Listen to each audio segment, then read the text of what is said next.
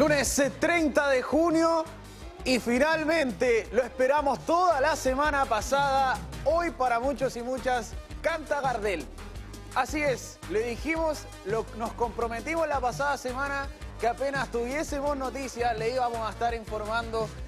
Si es que no sabe a qué se refiere, bueno, le invitamos también a revisar nuestra programación. Todo esto se enmarca también dentro de lo que ha ocurrido con la conmemoración también de la vida y obra del cantante trasandino, compositor, nacido en Francia. Bueno, característicamente también ahí el chiste es que cuando canta Gardel es porque es fecha de pago. Así que, bueno, para muchos y muchas hoy fecha de pago. Así que iniciamos esta jornada, 30 de junio. También se vienen, ojo, se vienen los memes de julio. Ya llegó julio, vaya preparándose de a poquito porque es tradicional también en esta época. Con una jornada heladísima, temperaturas bajo cero en gran parte de nuestro territorio. Yo había visto un mapa, vi un mapa que en el planeta Chile y Argentina iban a ser los más fríos durante la jornada de la noche de ayer. Bueno, la madrugada de hoy en realidad, la madrugada de hoy. Imagínense lo frío que hace y que está, y hay que prepararse porque esta va a ser al menos la tónica, el panorama para el futuro en nuestro país y sobre todo en el sector sur del país. Por ejemplo, acá en la región de la Araucanía todavía se mantenía un poco la temperatura baja. La temperatura bajo cero se ha extendido durante gran parte de la jornada. De hecho, durante hoy muchos habrán sentido el frío durante todo el día. Nosotros estuvimos ahí en la mañana despachando, vamos a estar también hablando en detalle de lo que ha ocurrido con este accidente en Chiguayante, a la altura del sector de Lonco, pero estábamos ahí al borde del río y la verdad es que era gélido, literalmente gélido porque había hielo en el piso. Y eso fue una de las causas, eso fue parte de lo que señalaron tanto carabineros como personal de bomberos como una de las causas para este fatal volcamiento de taxibús en Chiguayante que dejó lamentablemente a una persona fallecida y 23 heridas. Todo esto, según preliminarmente también, se está realizando una investigación, pero según lo que nos dijo el personal de bomberos y también de carabineros, ocurre porque ese vehículo rojo que usted ve ahí en la pantalla estaba delante, tal cual como se ve ahí en la imagen, del taxibús Las Galaxias. Esto en dirección de Chiguayante a Concepción. El primer vehículo, el rojo, tiene un accidente producto de la calzada con escarcha, hielo, y en el afán de evitar la colisión, el taxibús se vuelca. Preliminarmente esa es la información que hemos recibido. Todavía se está investigando, pero por ahora al menos eso es lo que se ha dicho por parte de las autoridades. Ahora, es un trágico accidente. Lamentablemente hay una víctima fatal.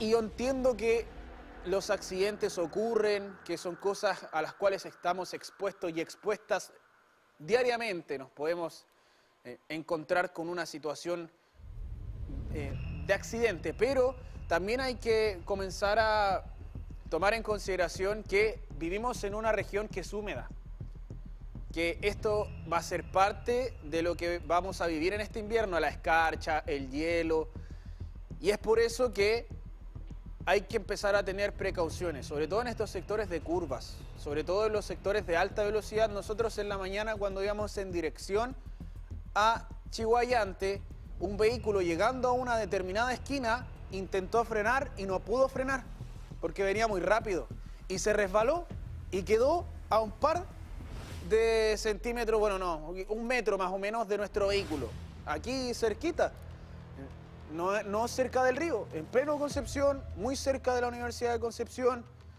al lado de la Biblioteca Central, donde hay un negocio que muchas de las personas que vienen a la universidad compran. Ahí en esa intersección había un poco de humedad en el piso.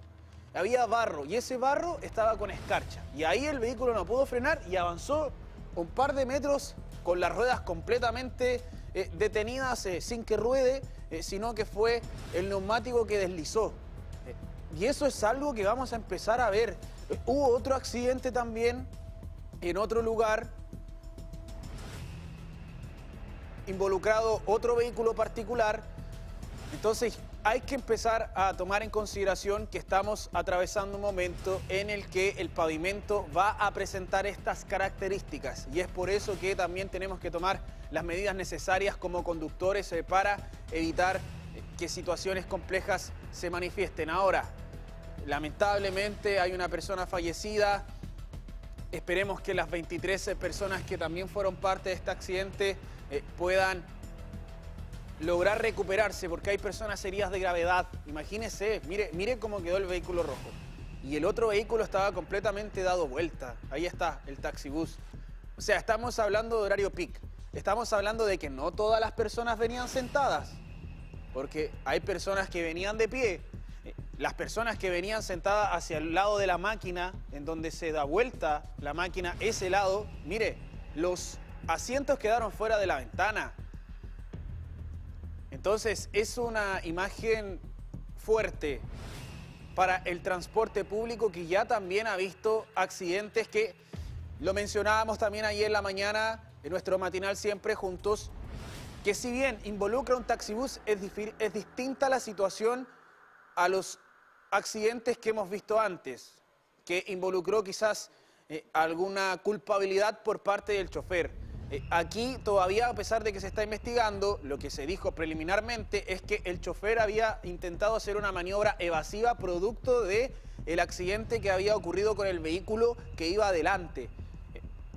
Pero de igual manera está involucrado un taxibús, de igual manera hay 20 personas heridas, y de igual manera más de 20 personas heridas, y de igual manera también hay una persona fallecida.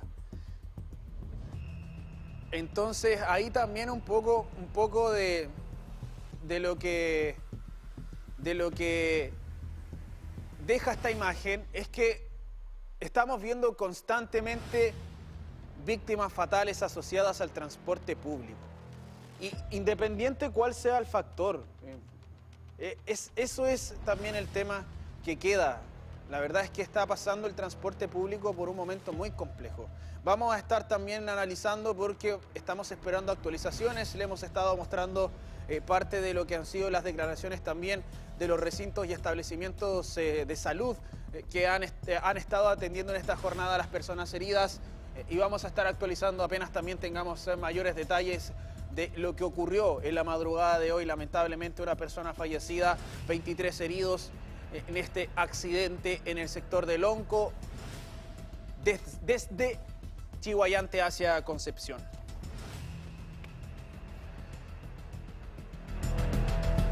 Y ahí también revisamos diarioconcepción.cl, donde está la nota, donde se estará actualizando la información para que usted pueda ir a revisar también ahí a nuestro portal web. Entre otros detalles, en el mundo de la política, la decisión de Francesca Muñoz, que la decisión de ser candidata presidencial no duró prácticamente nada, pero ahora apoyó entonces a José Antonio Kast, que andaba hoy acá en Concepción. Plan de contingencia anunciado por EFE por conexión del nuevo puente ferroviario. Habrá buses de acercamiento. Si usted vive al sur del Biobío, bueno, atención con eso, porque le interesa, una, lo que es ya la entrada en vigencia de este puente ferroviario, y otra, también lo que es esta conexión ya, y estos buses de acercamiento que va a ser por este momento. Así que vaya a leer la nota, ahí está, sábado 5 hasta el 20 de julio, el tramo entre San Pedro de la Paz y Concepción será reemplazado por 51 buses de acercamiento mientras se realizan las maniobras necesarias para la conexión de vías y sistemas en el nuevo viaducto. Igual, esto es algo quizás que se debió haber hecho en esta época donde los niños, niñas, adolescentes, escolares y universitarios estaban en periodo de vacaciones, porque ya en esa fecha, cuando esté de vuelta, todo el movimiento normal, rutinario, se va a generar un taco. Así que si es que por alguna razón llegase a llegar tarde, ya lo saben, ya lo saben. Puede que sea por esto, porque cuando ocurren este tipo de situaciones, la verdad es que es muy complejo movilizarse al sur del Biobío. Me acuerdo cuando tuvo problemas el puente ferroviario con el tema de las lluvias, de lo que fue todo el aumento ahí del río Biobío en su cantidad de agua que fluía. Bueno, hubo una cantidad de complicaciones para poder llegar hasta Concepción. Bueno, se va a ver algo similar, la verdad. Queremos también invitarle a ver radiodec.cl. Desarrollo Social extenderá el código azul hasta este martes. Se implementará albergue de emergencia. Todo esto por las bajas temperaturas que no han dado tregua. Este domingo, Los Ángeles tuvo una mínima de 4 grados y Concepción 0 grados. En la madrugada de este lunes, la capital del Biobío, la capital de la región del Biobío, bajó a -1 grado. Y Los Ángeles registró una cifra histórica de -5 grados. Ahí está, sí. Mínima de -4 grados, mínima de -5 grados durante la madrugada de este lunes. O sea, ambos bajaron 1 grado con respecto al día domingo. Por lo mismo, el Ministerio de Desarrollo Social y Familia ha tomado medidas adicionales, anunciando que esta semana se abrirá un albergue de emergencia y que se suma a los 11 ya existentes, añadiendo 20 camas de red de 180 que ya están operativas.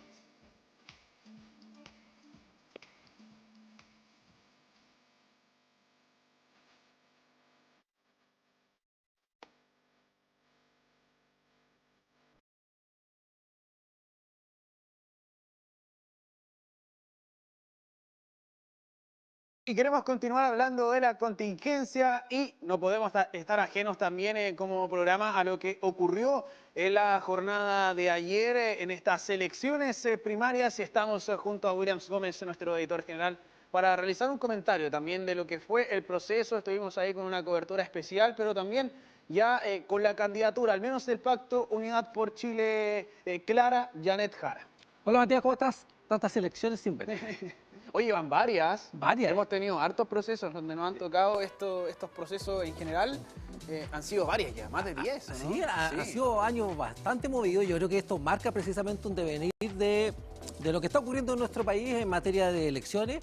Fue transmisión de nuestro canal en 2 tandas. Estuvimos con Matías en la mañana, desde 8 hasta pasadita a las 11 de la mañana. Luego Edgardo Vargas estuvo en la edición de la tarde, de 5 a 8 también, haciendo el análisis ya de la tarde de lo que fueron los resultados finales por la candidatura de Janet Jara, ya directamente candidata del oficialismo con miras a las elecciones presidenciales, y quedó rezagada Carolina Toá.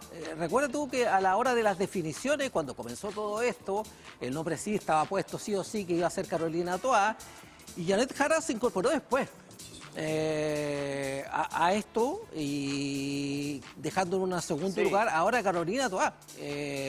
La irrupción de ella fue bastante fuerte, sobre todo en las últimas semanas.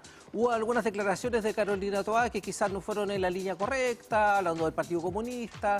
Muchos analistas hablan de que el caso Monsalve le impactó directamente a ella, y en el caso contrario teníamos a Janet Jara, que con todo el trabajo que hizo en torno a reformas sociales, cuando fue ministra, la tuvimos de hecho acá, cuando fue ministra de Trabajo junto con el ministro Mario Marcel. No sé si te acuerdas cuando hicieron esta gira que usó a los trenes para ir hablando de este nuevo pacto social, de la necesidad de ir avanzando hacia una nueva reforma en el ámbito de la previsión social.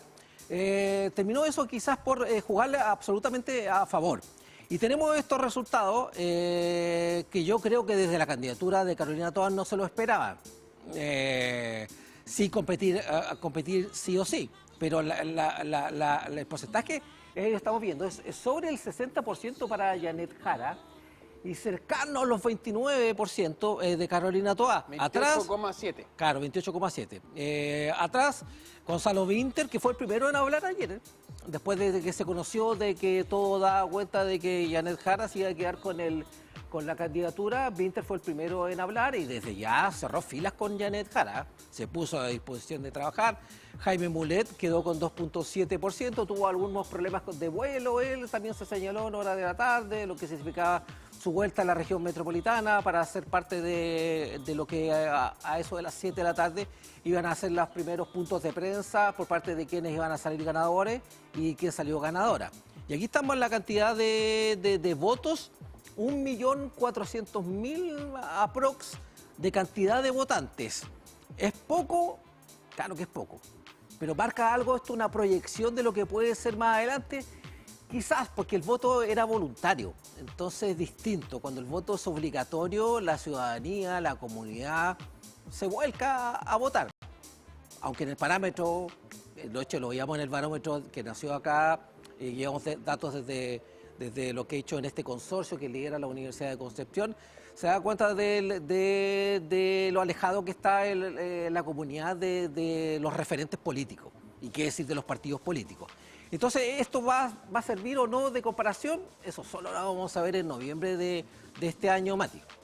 Y aquí tenemos a los posibles rivales. Ahí hay un detalle, Williams, antes de avanzar también en la lámina, de lo que han sido estos procesos. Nosotros conversamos también aquí en nuestro programa la semana pasada, por ejemplo, de los procesos de primarias cuando hubo elecciones tanto en el sector de la derecha como en el sector de la izquierda. Ambos tuvieron primarias. Fueron más de 3 millones de votos, pero habían 12 primarias en paralelo.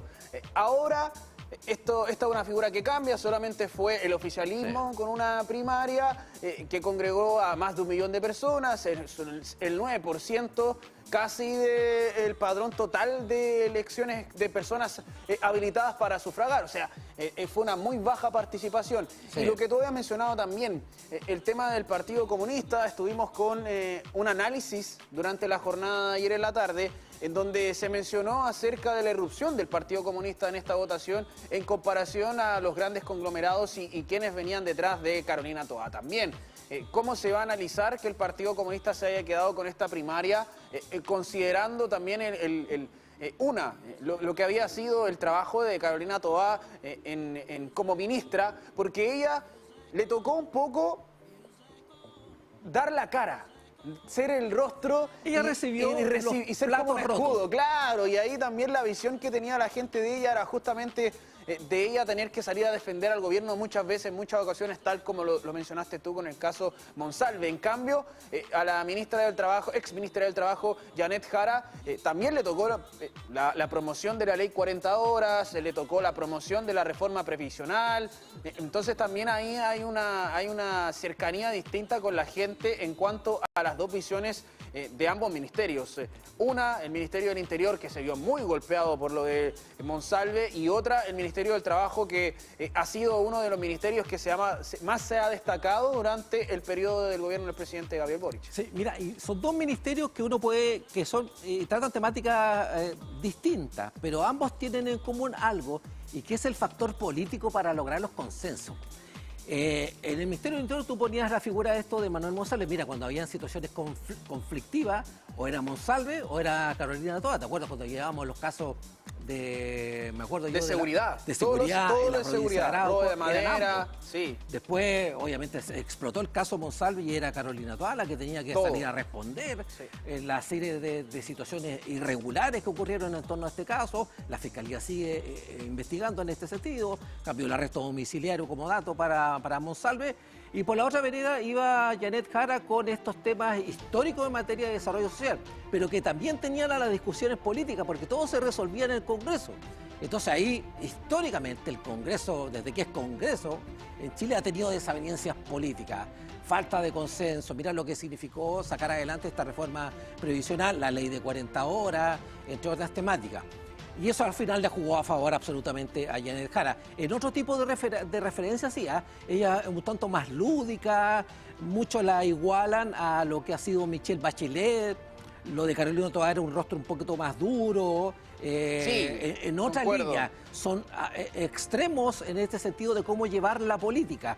Las tuvimos a ambas, uno en el ciclo de entrevistas que realizaron los medios de la Universidad de Concepción, que lideró Tabita Moreno, a partir del trabajo de todos los medios de la Universidad de Concepción, y también las tuvimos acá en los ciclos de entrevistas que también desarrollamos como departamento de prensa. A Janet Jara, me acuerdo yo cuando tuve la oportunidad de conversar con ella, planteaba varias temáticas, y de hecho su discurso también lo repitió ayer cuando salió ganadora. Era seguridad, el rol de las mujeres, entre otras áreas a seguir desarrollando. Habló también de salud mental. Conocía en detalle de los problemas de infraestructura que ocurren acá en nuestro país. De hecho, me acuerdo cuando vino con el ministro Mario Marcel, estaba lloviendo a cántaros, como se dice usualmente, y ella formaba parte cuando me acuerdo que vino, y le preguntábamos nosotros por el tema, y tenía absolutamente claro el específico, por ejemplo, de la estación climática, cosas por el estilo. Parte de eso lo lleva el diario Concepción en torno a parte de las temáticas que desarrolló ella en su discurso, que realizó ayer pasadita a las 7 de la tarde, Mati. Sí, de hecho está también disponible el programa que nosotros realizamos, esta ruta presidencial, para que usted lo vaya a ver, está en nuestro canal de YouTube. Se conversó con 3 de las 4 candidaturas en esta primaria, pero ya le invitamos a ver que el capítulo con Janet Jara, considerando que ella va a ser la candidata del oficialismo, del Pacto Unidad por Chile, a pesar de que en un momento incluso habían hasta dudas de que si ella iba a ser candidata o no. Ella lo mencionó, el Partido Comunista tiene que reunirse, tuvo que ir a un proceso de democracia interna también el partido para escoger la candidatura, e incluso también tuvo un momento en cuanto a que ese proceso en particular tuvo una respuesta, porque el presidente del Partido Comunista emite unas declaraciones y Janet Jara le responde y le dice: aquí la candidata soy yo. Aquí la que decide lo que ocurre en esta candidatura soy yo. Oye, y eso también le da un poco el poder a la democracia que respaldó el partido detrás, y por qué ella fue electa como candidata y por qué tras la elección interna, porque para transparentarle un poco a la gente, tras esa elección y al ser ella seleccionada como candidata, ella tiene que dejar el cargo en el Ministerio del Trabajo, y es por eso que sale del Ministerio del Trabajo. Bueno, y ahí hay un tema político, de que también esperaron que ella pudiera cumplir con su proceso de la reforma previsional, de la ley 40 horas, no así, por ejemplo, a Carolina Toá, que lo anunció mucho antes, incluso sin tener respaldo propio del partido. Oye, y antes de Janet Jara, recuerden que la persona que aparecía como candidata presidencial era Camila Vallejo. De hecho, me acuerdo que también la tuvimos acá y le preguntamos directamente si iba a ser candidata o no, antes de que apareciera el nombre de Janet Jara. Ella desde un inicio lo remarcó y así lo ratificó, que ella no iba a ser candidata en ningún caso contrario. De hecho, ahora está preparando su vuelta a lo que queda de gobierno. Sí. Y aparece este nuevo escenario político. Vamos a ver, bueno, todas las que las figuras fuertes son Evelyn Matei y Janet Jara.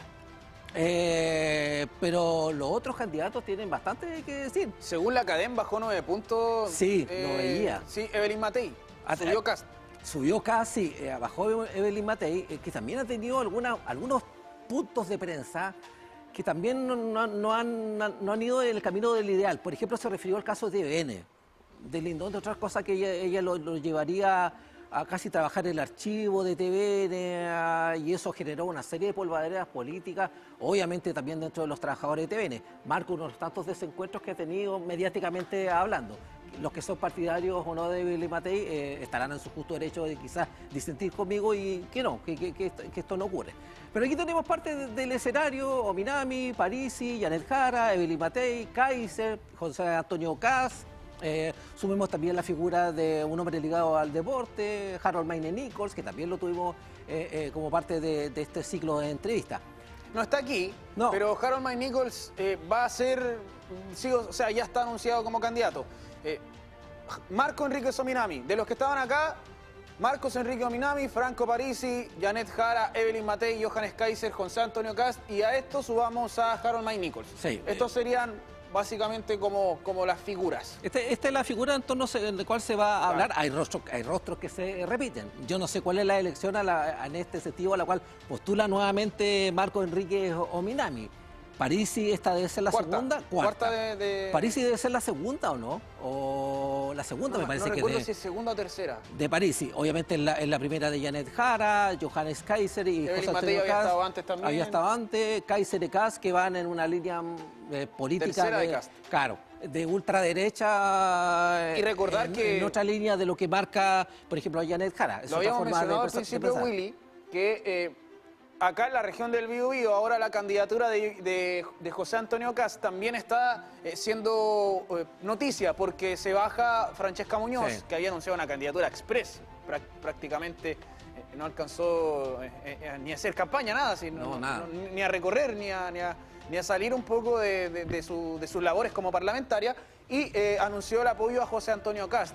Y esto también habla, considerando también el movimiento político, social, cultural y religioso, el cual tiene una base de votaciones. Ahí también Francesca Muñoz, todo ese apoyo ahora se va hacia José Antonio Kast.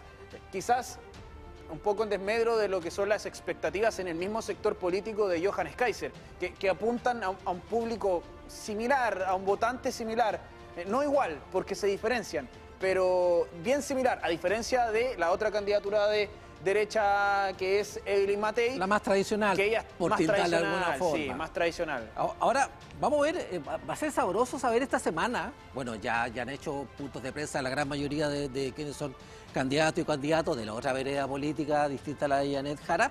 Va a ser sabroso saber a qué van a apelar en este tiempo de aquí a la elección presidencial, a qué temas van a apelar a la hora del desarrollo de las campañas. En la política chilena muchos se escudriñan en los currículos anteriores, en qué hicieron para, a partir de eso, generar, no sé, o puntos de separación o de desencuentro y con eso ganar algún voto, capturar a la ciudadanía que no quiere ser parte de este escenario político. Janet Jara, así lo veían ustedes en el titular que estaba en Diario Concepción, daba cuenta de eso, de reencantar, que ha sido como un concepto como que lo han utilizado todos, ¿ah? De reencantar a la comunidad o al votante o a la votante. Y ahí hay un detalle, porque Janet Jara utilizó una frase que quizás en política no se ve mucho, que sí sabemos que se apela a la emocionalidad y todo, pero ella dijo que ella iba a basar su candidatura en el amor, que iba a ser una candidatura con su corazón, que iba a ser una candidatura con amor. Igual ahí aplicar eso, esa forma de expresarse en cuanto a lo que ella va a basar su candidatura, es difícil, porque el amor también requiere poder mantener una postura, siempre, obviamente, pero cuando las candidaturas que están siendo parte de la posición distintas de miradas, no son tan cercanas a esa visión, en el sentido de lo que significa para ella, lo que explicó. Le invitamos ahí también a que vaya a revisar nuestra edición central de prensa, porque vamos a estar realizando una nota en donde tenemos esas palabras que dice, y ahí estamos viendo también las imágenes. Es algo complejo, porque ¿cómo lo llevas eso a algo ¿cómo lo llevas concreto? eso? Claro, Mira, ¿cómo lo de hecho llevas a fue eso? Sí, del discurso, tal cual. Lo que están viendo ustedes es el discurso que da ella ayer con Winter, con Carolina Toá, hablando del triunfo. Y claro, bien no lo menciona Mati, unas tantas declaraciones que emitió ella, de lo que nosotros conocemos como cuña en términos periodísticos, fue precisamente eso que rescatamos. Claro, casi al inicio, y habla de eso. Hablar del amor en política, chuta, que es complejo, porque hemos tenido más de desamor. Me refiero hablando de todo el establishment político, ¿ah? Sí, de hecho, desaveniencia, lo mismo que decías tú, poco de unidad. Lo mismo que decías tú, lo del reencantar, lo de reencontrarse con la gente. Claro, ahí hay un tema, porque hemos visto más separaciones, como tú lo dices, y a veces el amor es unión, y hemos visto más separaciones que uniones. ¿Qué puntos de encuentro? En todos lados. O sea, no estamos hablando aquí de un sector político, estamos hablando de la política, o del sistema político en general, más que la política, el sistema político en general. Sí. Oye, y lo otro que quería yo también mencionar, porque muchos nos quedamos con estas luces finales, de lo que estamos viendo acá, de los ganadores, de los perdedores. La política es de ganar y perder. Pero quiero también hablar nuevamente del Cervela. Nuevamente Cervel, sí, otra elección impecable, con resultados súper transparentes, a cada minuto siendo actualizado. Acá a nivel local, salvo 2 hechos en la comuna de Coronel, el resto del proceso fue impecable. Tú que estuviste desde muy temprano, nos llamaba la atención que no había mucho movimiento de locomoción colectiva, pero se reactivó eso después, pasada las 8 de la mañana, ya había mayor movimiento, sí. 10% fue el aumento del flujo vehicular acá en la región del Biobío, 15% a nivel global. Entonces eso también hay que destacarlo, el trabajo de los vocales, que tú estuviste con ellos, sí, muertos de frío. Uy, eso es verdad, sí, estaba helada la mañana. Algunos se organizaron. Sobre todo las mujeres. La gran mayoría se organizó, porque lo que tuvo es que gran parte de los que componían las mesas ya habían sido vocales antes, y muchos de ellos y muchas de ellas también ya habían sido vocales juntos. Entonces se organizaron, hubo harta alegría.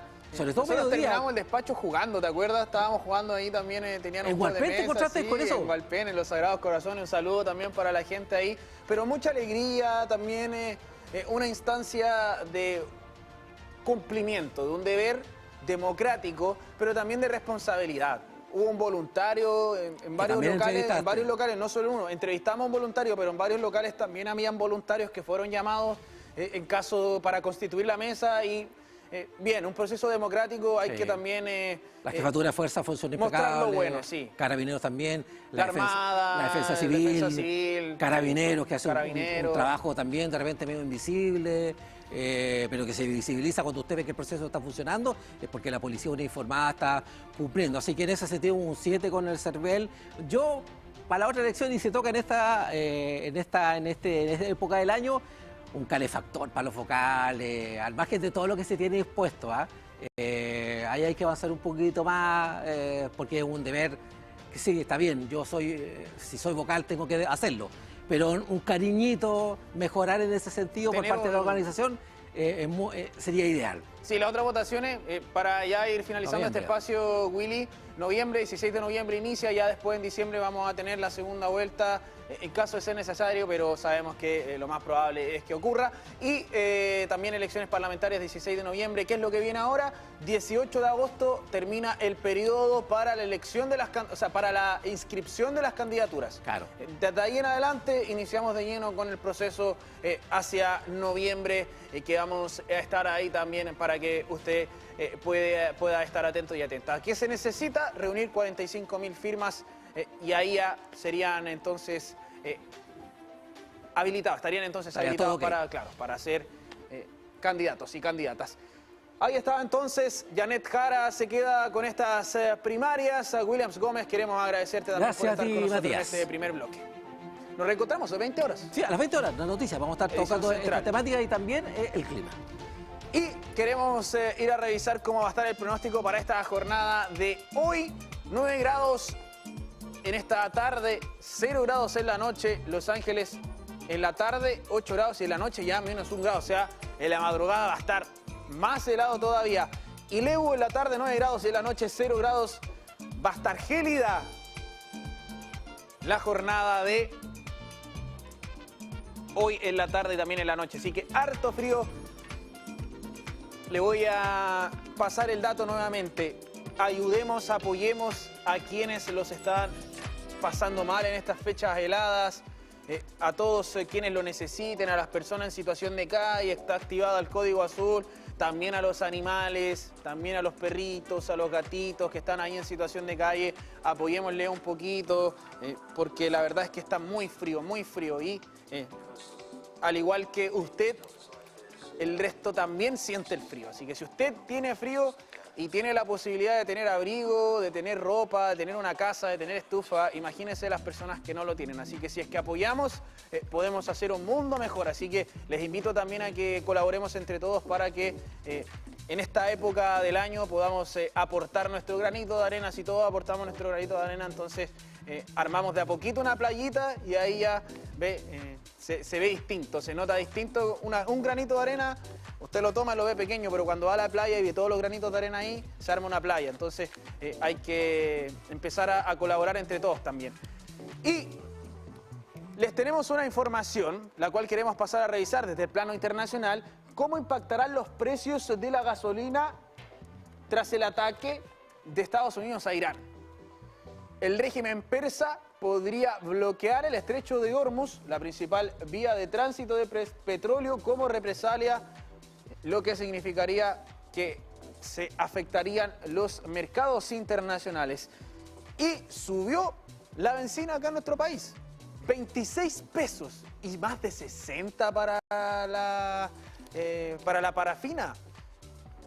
Eso es harto. Y si sube la benzina, no solo sube la benzina, suben otros costos. Y queremos analizar este periodo que estamos atravesando de alza junto a Víctor Hernández, académico y economista de FACEUDEC. ¿Qué tal? ¿Cómo está? Un gusto tenerlo de vuelta. Bienvenido a su casa, Víctor. ¿Qué tal? ¿Cómo está? Muchas gracias por lo de casa. Sí, usted acá es de la casa. Sí. Panelista oficial de nuestro canal.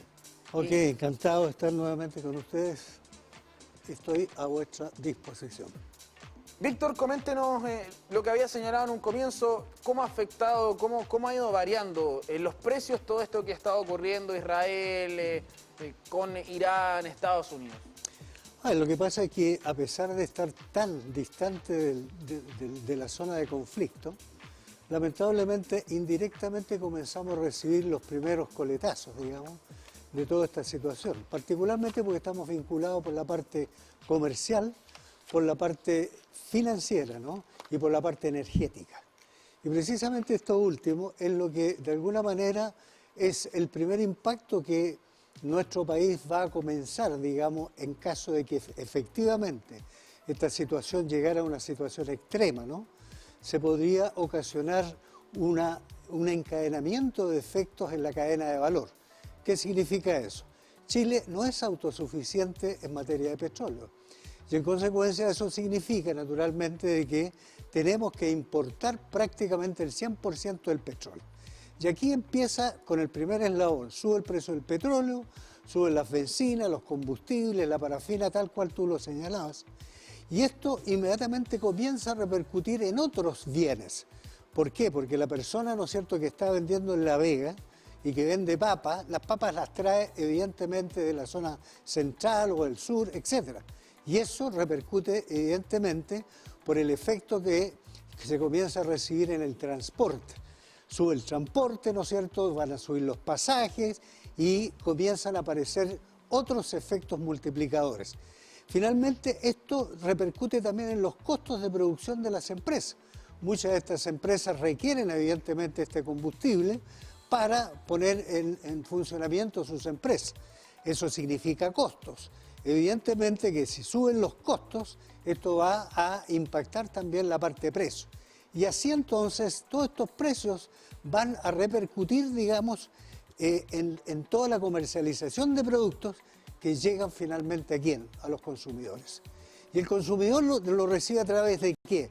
De las presiones inflacionarias, y estas presiones inflacionarias terminan por gatillar también un impacto en los salarios. O sea, el salario, las remuneraciones de las personas comienza a perder poder adquisitivo, generando evidentemente un impacto negativo en el bienestar de las personas. Y ahora ya que conocemos un poco el impacto, por ejemplo, este aumento de las bencinas y sobre todo en la parafina, sobre todo en esos 60 pesos que son hartos por la cantidad de gente también que utiliza la calefacción, entre otras utilidades que tiene la parafina, pero también la bencina. Sabemos que hay un periodo de 21 días, ¿cierto?, entre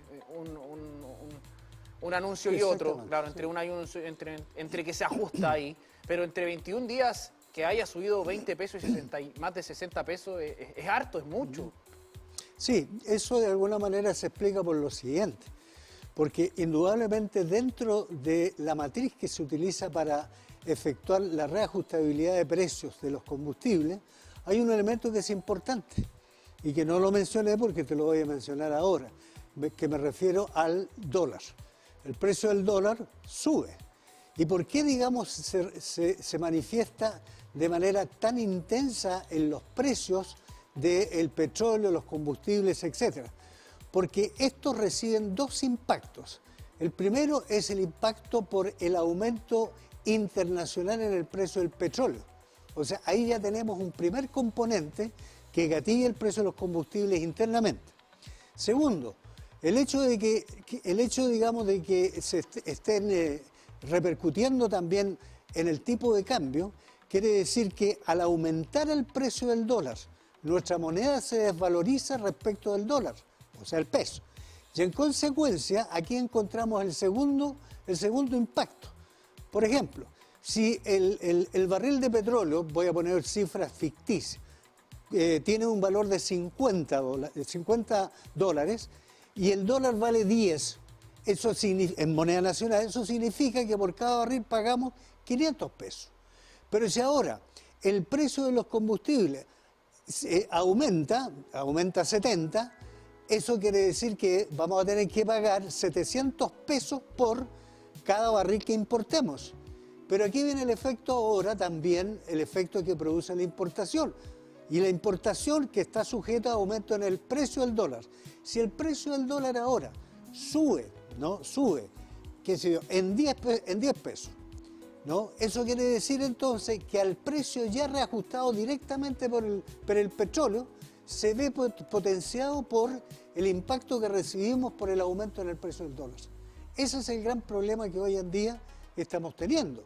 Ahora, si esta cosa, por ejemplo, se llegara a agravar, me refiero al conflicto bélico, hay estimaciones que dan cuenta que probablemente el precio del dólar superaría o alcanzaría más o menos los 1.100 pesos, que hoy en día ronda más o menos desde el orden de los 930, 935 pesos. O sea, sería una situación catastrófica para el país. Y considerando que ya estamos en un periodo al menos en el cual esto no ha continuado, que debería venir ya al menos una estabilización de precios, considerando lo que ha ocurrido en este último periodo. ¿Cuándo quizás podríamos ver alguna disminución y sería tan significativa como de 20 pesos, o sea, retroceder al valor de la bencina que estaba antes? Ahí hay dos cosas. Uno, que la autoridad económica del país tiene mecanismos para, de alguna manera, recomponer, digamos, una situación de desajuste. ¿Y de qué manera? Haciendo uso de un fondo de estabilización de precio del petróleo, ¿no? Y ese fondo está destinado exclusivamente a mitigar, de alguna manera, estos desajustes en el precio de los combustibles.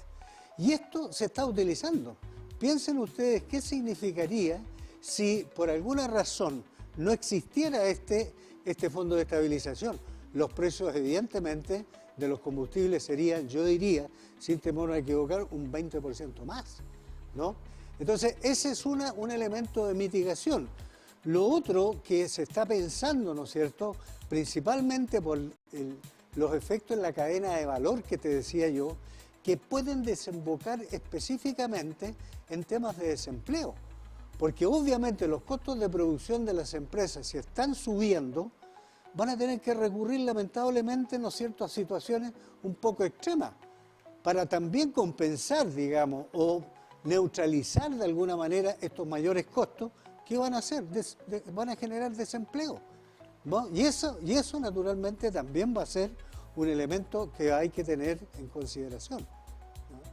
Y en torno también a lo que es la cotidianidad en Chile, a lo que es el valor de la vida también, porque lo mencionó usted, aumenta la cadena de valor en su totalidad, o sea, hay variaciones de precio que se ven en la bencina, que se ven en el petróleo y en el dólar, pero que finalmente termina impactando en el bolsillo de todos y todas. Y ahí ya nosotros estamos viviendo un proceso que venimos saliendo de esta inflación, de estas tasas de inflación altas, producto del mercado internacional también, de lo que estaba ocurriendo entre otros temas con la pospandemia, pero ahora también se estaba viviendo un proceso de movimiento económico internacional, todo esto relacionado a los aranceles de Donald Trump, todo esto relacionado también a cómo esta potencia de Estados Unidos está posicionándose económicamente con una guerra comercial y que ahora también eso está en paralelo. Entonces, en todo esto que está ocurriendo también, ¿cómo queda parada la gente? ¿Cómo podemos entender también un poquito y hacerle entender a la gente que muchas de estas cosas que ocurren no tienen relación directamente con la acción del gobierno, del Estado, sino que tiene que ver con lo que está ocurriendo en este juego político, en esto que está planteando, aquí lo veíamos en la imagen Donald Trump, pero también las otras potencias? Ahora, por cierto, tu pregunta es muy interesante. Primero porque hay que tener en consideración la situación externa, que indudablemente formamos parte de esta globalización y por tanto estamos expuestos permanentemente a las contingencias externas. Primera cosa. Segundo, lamentablemente Chile ha venido atravesando también por una serie de situaciones de inestabilidad, ¿no? Producto, digamos, de aumento o mejor dicho, problemas, digamos, de finanzas desde el punto de vista del gasto y de los ingresos públicos. Y ahí hay mucho, digamos, tema que lamentablemente hay que considerarlo. ¿Por qué? Porque uno de los problemas que esta crisis puede generar también dice relación con la caída, por ejemplo, en el precio del cobre. Y el cobre, digamos, querámoslo o no, corresponde al 50% de nuestras exportaciones. Al disminuir el precio del cobre, ¿no?, genera evidentemente un menor influjo de dólares hacia nuestra economía, lo que acrecienta más aún el aumento en el precio del dólar. Pero el tema pasa porque si Codelco, por ejemplo, que es una de las principales fuentes de financiamiento del gobierno, se va a ver afectado, afecta no tan solo los ingresos directos que usted puede recibir por los ingresos, sino que además por la parte de impuestos. Y esto desajusta más las finanzas públicas. Entonces los ingresos del Estado, del gobierno en este momento, se están viendo o se pueden ver evidentemente afectados. Y paralelamente nos estamos enfrentando a situaciones de gasto que están excediendo lo que inicialmente fueron presupuestados, producto de las promesas que se hicieron, producto de los mayores gastos que han venido asumiéndose. Entonces se ha desajustado este tema. Y esto genera, digamos, un grave problema, que como las finanzas públicas se están encontrando en un desajuste, tú tienes dos formas de alguna manera, hacer frente a esta situación. Es exactamente lo que pasa, por ejemplo, en una familia. ¿Qué pasa cuando la familia tiene una buena situación y de repente se encuentra enfrentada a un problema? ¿A qué echa mano? A los ahorros, en primer lugar. ¿Qué hizo Chile? Hizo uso, ¿no es cierto?, también de los ahorros que teníamos, el Fondo de Estabilidad Social y Económica. Dos, al endeudamiento. ¿Y qué significa haberse endeudado? Hoy en día, nuestro país tiene un endeudamiento que equivale al 42% del Producto Interno Bruto. Si el Producto Interno Bruto en este momento es de 300.000 millones de dólares, saquemos la cuenta. Un 42%, ¿no es cierto?, de la deuda pública corresponde a esa equivalencia. Entonces, estamos en una situación de inestabilidad, de incertidumbre internacional, que lamentablemente se está conjugando para más problemas y más complejidad con una situación interna de financiamiento desde el punto de vista de las finanzas públicas. Y en torno también a lo que son estas finanzas públicas, ¿qué ocurre con la importación y exportación de productos, los valores también? Porque sube el petróleo, no solo sube el petróleo para nosotros que estamos aquí en nuestro hogar o con nuestros vehículos, sino que también sube el petróleo para todos los vehículos que funcionan con petróleo. ¿Qué sucede ahí también, en el plano de las importaciones y exportaciones que realiza Chile? Partamos con las exportaciones. Perfecto. Evidentemente este conflicto bélico está repercutiendo en toda la actividad comercial del mundo, ¿no?, producto de las situaciones de inestabilidad, de incertidumbre, que se reflejan en las monedas, ¿no? Entonces, ¿qué es lo que está ocurriendo? Lamentablemente, como baja la actividad económica en términos generales. ¿Por qué? Porque todo el mundo se trata, ¿no es cierto?, de preparar o por lo menos proteger frente a este tipo de situaciones de inestabilidad. Mira lo que está pasando en China, mira lo que está pasando en Estados Unidos. El último trimestre acusó una baja importante en su Producto Interno Bruto.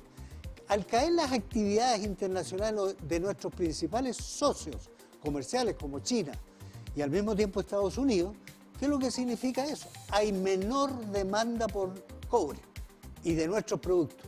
Caen las exportaciones de cobre, caen las exportaciones de vino, caen las exportaciones forestales, ¿no? Cae el litio, cae el precio del litio y por ende los ingresos que nos genera. Piensa tú que cuando estuvimos esta fase de, yo diría, muy positiva que tuvo el litio, ¿te acuerdas cuando partió? Que sí, habíamos descubierto poco menos que la panacea frente a esta situación. El precio de la tonelada de litio que exportábamos era $85.000. ¿Tú sabes cuánto está hoy día? Del orden de los $11.000 la tonelada.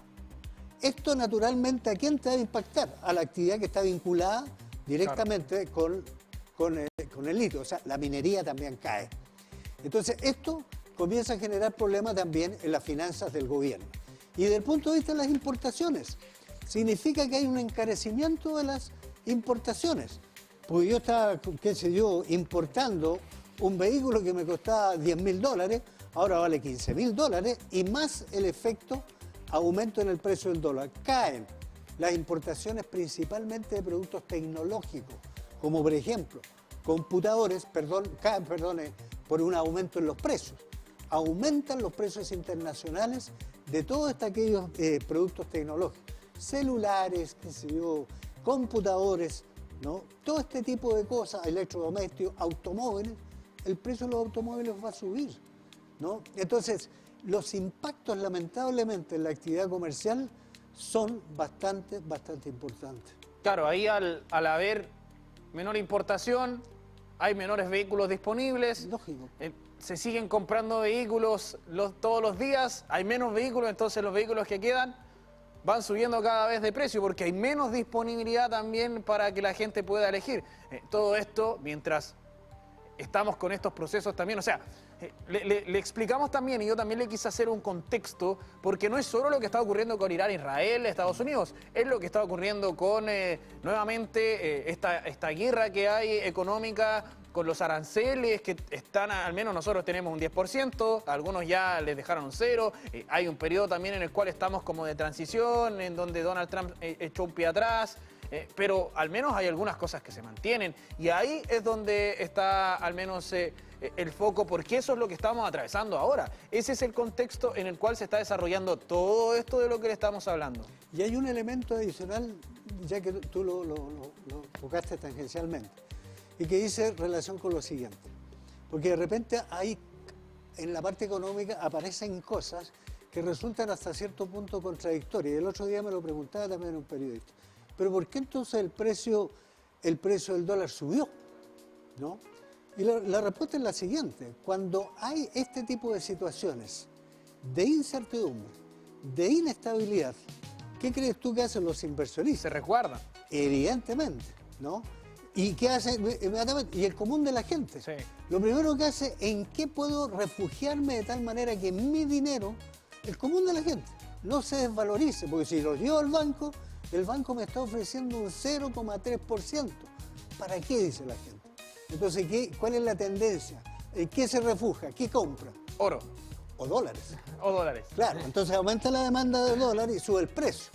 Pero eso, los inversionistas, ¿no?, que se mueven en los mercados bursátiles principalmente, saben que estas cuestiones, ¿no es cierto?, son de carácter cíclico. Claro. Entonces, ellos también contribuyen ¿a qué? A generar cierto grado de especulación. También compran, o sea, hacen subir el precio del dólar y después, ¿no es cierto?, revierten eso, desprendiéndose, y ese es el juego finalmente que hace.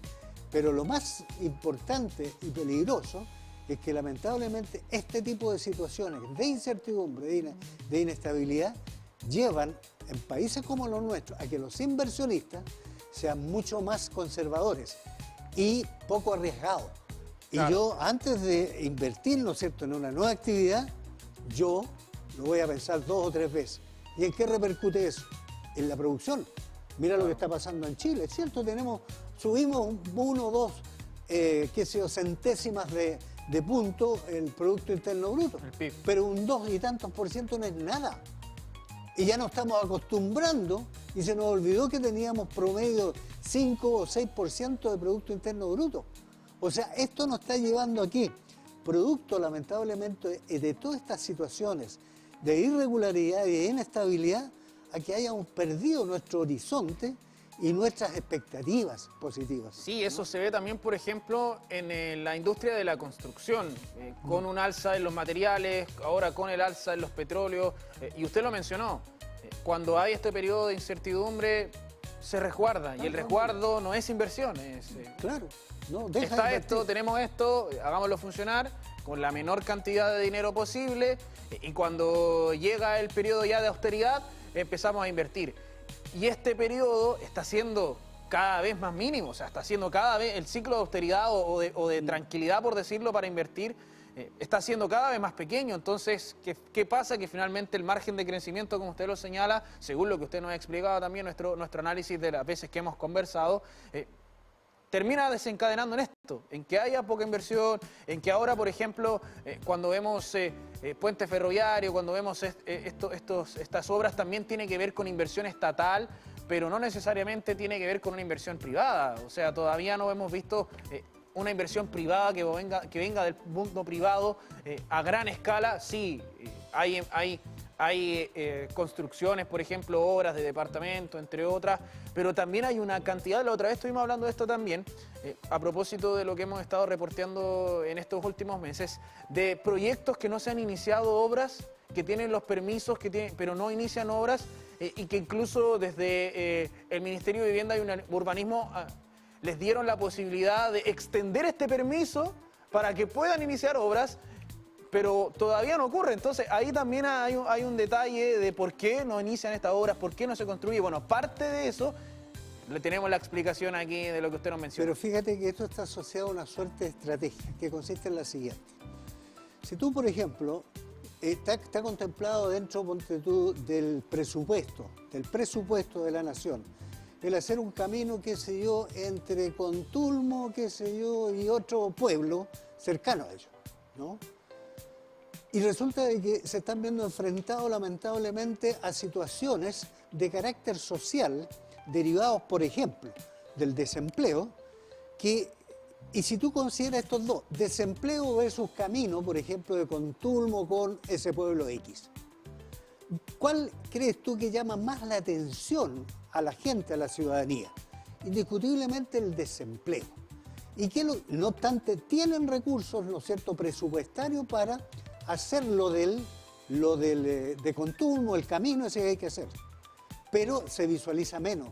Entonces se entran a sacrificar ese tipo de inversiones de infraestructura para dar paso, ¿no es cierto?, a situaciones de carácter social, para de alguna manera evitar las presiones sociales que trae aparejado ese tipo de actividades.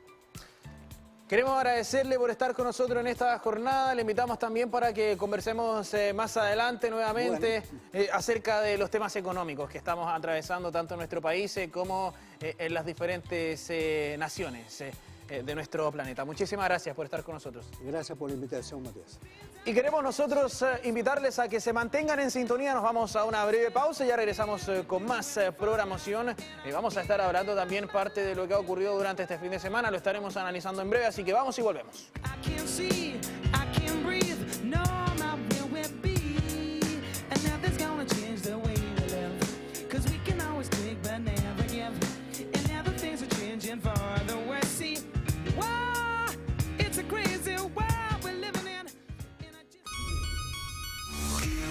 Soy Soledad Oneto y quiero hablarles de algo que como periodista me importa, la tecnología que conecta nuestras vidas. Elegí ser parte de Mundo porque es una empresa que comparte mis valores: credibilidad, responsabilidad, inclusión y sobre todo innovación. Mundo es una empresa chilena nacida en la región del Biobío que ha logrado ser la más premiada y reconocida de Latinoamérica. Y por tercer año consecutivo los consumidores han reafirmado su lealtad con nosotros gracias a nuestra calidad, rapidez y estabilidad. Mundo no solo es tecnología de vanguardia, es una empresa comprometida con la inclusión digital, asegurando que todos tengan acceso a conexión de calidad. Yo elijo Mundo, la empresa que conecta a Chile con el futuro hoy. Conócenos en tumundo.cl. Innovación, tecnología y compromiso al alcance de todos. Las noticias de la región del Biobío en un solo programa. TVU Noticias Edición Central. De lunes a sábado en vivo a las 20 horas.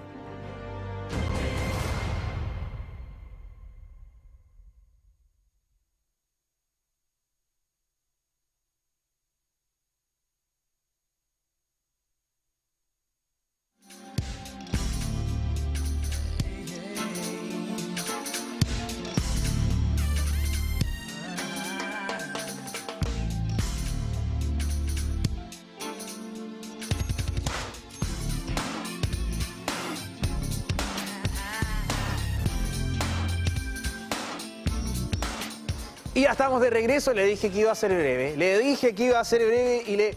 Y también le comenté que íbamos a estar analizando parte de lo que ha ocurrido en este último tiempo y relacionado también a lo que se presenta acá en nuestra región del Biobío, con datos, con estadísticas, y estamos con la doctora Violeta Montero, directora de CREASUR, parte también del equipo que estuvo trabajando detrás del barómetro regional que realizó nuestra Universidad de Concepción. Doctora, ¿qué tal? ¿Cómo está? Muy buena tarde. Muy bien, muchas gracias por la invitación, Matías. Gusto de verte también. Bueno, queremos primero, para la gente que no sabe o que todavía no comprende de qué se trata el barómetro, este trabajo que se hizo con 500 personas en cuanto a conocer un poco qué es lo que está ocurriendo acá en la región del Biobío.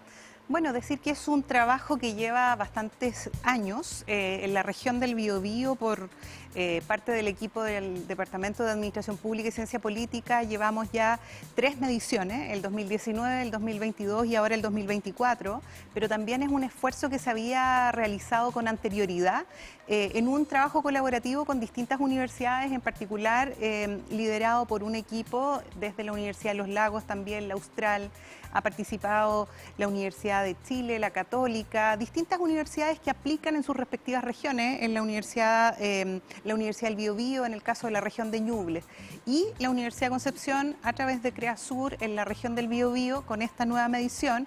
Efectivamente, veo que se están proyectando algunos resultados. Hemos aplicado nuevamente esta encuesta que busca, y este es el concepto, recoger la percepción desde las regiones, ¿no?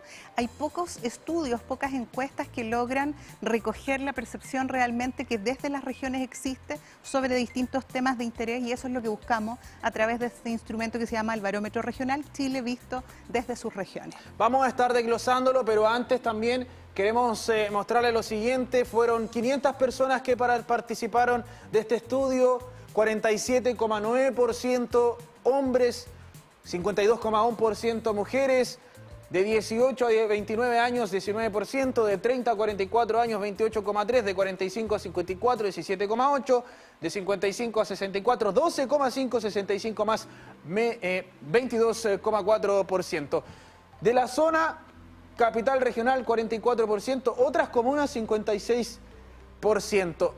Nivel educacional, media incompleta o menos, 36,6%, media completa 29,2%, técnico 11,3%, universitaria incompleta 9,4%, universitaria completa y posgrado 13,5%, y aquí también llama la atención el primer indicador, media incompleta o menos 36,100%, que es el que marca la tendencia. Y eso es también un factor. Claro, lo que se hace usualmente cuando se define la selección de la muestra, que es lo que se está planteando acá, y se toman decisiones como de ficha técnica, es que efectivamente se busca mostrar la representación más amplia apegada a la realidad regional. Esa es una decisión. Respecto del punto de entidad de capital regional, digamos, se refiere al área metropolitana de Concepción, ¿ya? Entonces hay comunas que están asociadas al área metropolitana de Concepción y el resto son otras comunas. No alcanzamos, y eso es importante, a representar con detalle la realidad urbana rural, ¿ya? Por eso que la representación territorial es o el centro, digamos, capital regional, y el resto de las comunas con más muestra, con más encuestas aplicadas, podríamos hacer también una representación a nivel de municipio, que es algo que quiero decir que cuando lo presentamos a la Asociación Chilena de Municipios nos levantaron como un desafío, así que nos quedamos con eventuales tareas futuras. Sí, claro, cada vez que se realiza este barómetro se puede ir añadiendo otro detalle, considerando que también va avanzando, o sea, cada vez que se presenta tiene un avance distinto, y también hay que tener los márgenes de trabajo, o sea, hay que saber y poder cumplir un poco con el objetivo, incluyendo otras cosas, considerando también lo grande que es y lo difícil también que significa realizarlo. Pero manteniendo algo constante, y eso te quiero decir que también estamos mostrando un dato, manteniendo algo constante, que las preguntas que aplicamos año a año son comparables. Por lo tanto, a la fecha tenemos una línea de tiempo que nos permite comparar fenómenos como el que estamos mostrando. Pertenencia, sentido de pertenencia y movilidad territorial es un dato que tenemos ya desde mediciones incluso del 2011 en las encuestas que se hacían antes sin la Universidad de Concepción cuando partió. La primera pregunta, si usted dependiera, ¿le gustaría cambiarse o irse a vivir a otro lugar? En lo personal, me quedo con el 71%, mi respuesta sería no.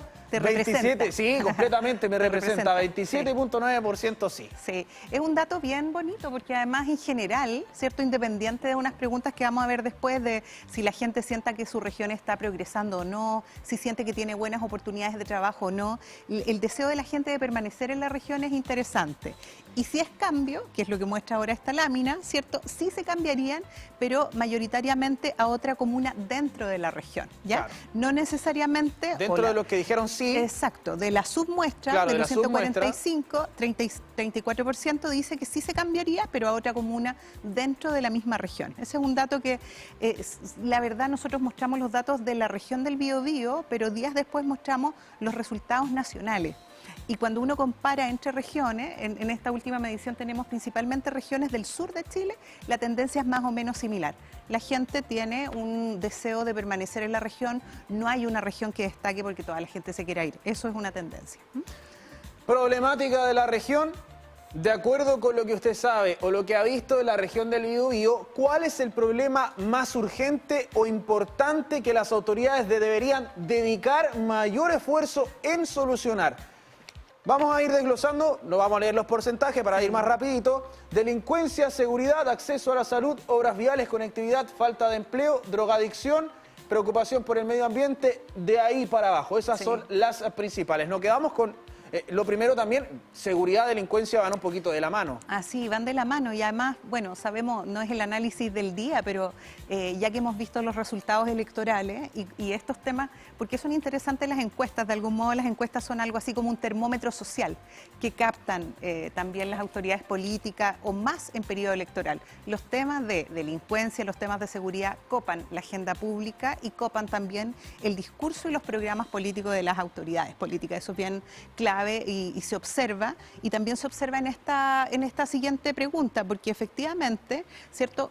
Acá se ven las materias peor evaluadas, voy a partir por eso. Si se fijan al extremo derecho de la lámina, el 61,5% en rojo hacia abajo es justamente seguridad ciudadana. Es una de las materias peor evaluadas por la ciudadanía y le sigue temas de acceso a la vivienda, que no era uno de los principales problemas, pero que también es una materia no bien evaluada, con un 56,7% de mala evaluación respecto del acceso a la vivienda. Y salud. Entonces, seguridad, vivienda, salud son de los problemas que en la región del Biobío aparecen como peor evaluados. La lámina anterior y la que le presentamos es del tema evaluación de la región, o sea, ya no es de pertenencia, movilidad, de identidad, sino que cambiamos un poquito, claro, evaluación de la región. Y aquí también podemos quizás mezclar un poquito, analizar, porque la gente no se quiere cambiar de comuna y hoy en día los proyectos habitacionales, por ejemplo, se están viendo en San Pedro de la Paz. Los grandes proyectos habitacionales de viviendas, hablamos de casas, se están yendo hacia el sur del Biobío. Y ahora acá, en cambio, en Concepción estamos viendo dentro del Gran Concepción, en particular las comunas ya de Concepción, Talcahuano, estamos viendo un crecimiento que es más en altura, más que horizontal. Entonces, podemos también ahí ver y hacer un poquito el análisis gracias a este barómetro de algunos temas que podemos ir a través de las noticias, a través de lo que nosotros también le generamos como los medios UDEC, asociando. Sí, es bien interesante lo que muestra el dato, porque uno ve no solo decisiones de, como decía, lo asocio al discurso político, también lo puedo asociar a lo que tú recién decías, decisiones del mercado en el fondo. Claro. ¿Dónde está la vivienda? ¿Cómo está? ¿Cierto? Cuando uno mira el escenario regional, por ejemplo, la lámina anterior decía que somos una región que tiene una alta oferta educativa, lo que es cierto, ¿no? Tenemos un número de universidades importante y en este caso, fíjate que es una región que tiene o presenta en azul, ahora voy a hacer la lectura en azul, ¿cierto? En el extremo izquierdo, altas oportunidades de recreación y cultura, en el penúltimo, alta posibilidad de consumir con un 77% en azul, en contraposición a baja oportunidad de buenos empleos o de trabajo y de buenos sueldos. Claro. Entonces también el nivel de frustración, tenemos una región que ofrece un montón de alternativas, la pregunta es qué tanto acceso tiene la gente por temas laborales, por temas económicos, por sueldo, de acceder a esas oportunidades que ofrece la región y que también, ojo con eso, porque la región en su estrategia regional de desarrollo ha planteado que es una intención promover actividades de deporte y cultura. ¿Cómo accedemos? Ahí hay un desafío. Sí, bueno, parte de lo que nos genera el barómetro es poder analizarlo, poder mostrarle también los datos, las estadísticas del pulso ciudadano, qué es lo que opina la gente en torno a lo que está ocurriendo acá en nuestra región del Biobío. Y ahora vamos a hablar de la confianza. Usted diría, en general, ¿se puede confiar en las personas? ¿No se puede confiar en las personas? ¿No sabe, no responde? Y aquí este es un tema, lo anterior podíamos analizarlo ya en cuanto a lo que está ocurriendo en materia también con datos, con matemática, con la economía. Podemos decir, oye, mira, lo que opina la gente tiene relación con lo que me indica el indicador. Y ahora, el indicador de confianza es subjetivo, es lo que piensa la gente, es la emocionalidad del ser interno, el diálogo interno también, la crianza, el entorno. O sea, hay muchas cosas, hay muchos factores que se unen en este tema, pero que aquí también tenemos un análisis de datos para poder quizás cuantificarlo. A mí esto yo creo que marca uno de los principales desafíos y uno de los principales además preocupaciones, yo creo, para políticas públicas de personas mayores. Porque lo que muestra el dato, por un lado voy a hacer un análisis esperanzador y por otro lado una preocupación. El 42% de los jóvenes de 18 a 29 plantea que sí se puede confiar en los demás, ¿no? O sea, eso puede ser positivo. Cuando se habla de los discursos, fíjate en los discursos de la esperanza del mundo político, cuando hablan en la esperanza y sobre todo le hablan a la juventud. Pero en adultos, incluso entre personas de 55 años y más aún en la última columna, 65 años o más, 86% de los adultos opina que no se puede confiar. Eso significa personas mayores solas, que tienen miedo, porque es la inseguridad uno de los factores principales, y que opinan que no se puede confiar. La confianza en las personas se traduce también en la confianza en las instituciones. Entonces ahí tenemos un grupo vulnerable en el sentido de la soledad, pero también que está viviendo cada vez más aislados por esas concepciones que tiene del momento en el cual se vive. Parte entonces de lo que nos deja este barómetro regional, analizarlo también, claro, desde una perspectiva cuantificable, pero también desde una perspectiva cualitativa. Es todo un estudio que trata de englobar también un poco desde las diferentes perspectivas, de las diferentes miradas de las personas en lo que respecta a nuestra región del Biobío. Siguiente pregunta, ¿participa usted activamente en organizaciones sociales tales como juntas de vecinos, clubes deportivos, agrupaciones culturales, grupos de voluntariado o agrupaciones de intereses como partidos políticos y sindicatos? Y aquí tenemos el dato. Misma tendencia que decíamos antes, un 49% de las jóvenes sí participa. No sabemos si son voluntariados, grupos ambientalistas o grupos políticos, también puede ser militancia, versus, estoy leyendo los extremos nomás, ¿cierto? En las personas mayores de 65 o más. Yo pensé, y esto es un dato que confieso me sorprendió, porque tenía la impresión que en mediciones anteriores los adultos mayores sí estaban participando más, en juntas de vecinos, en organizaciones, etcétera.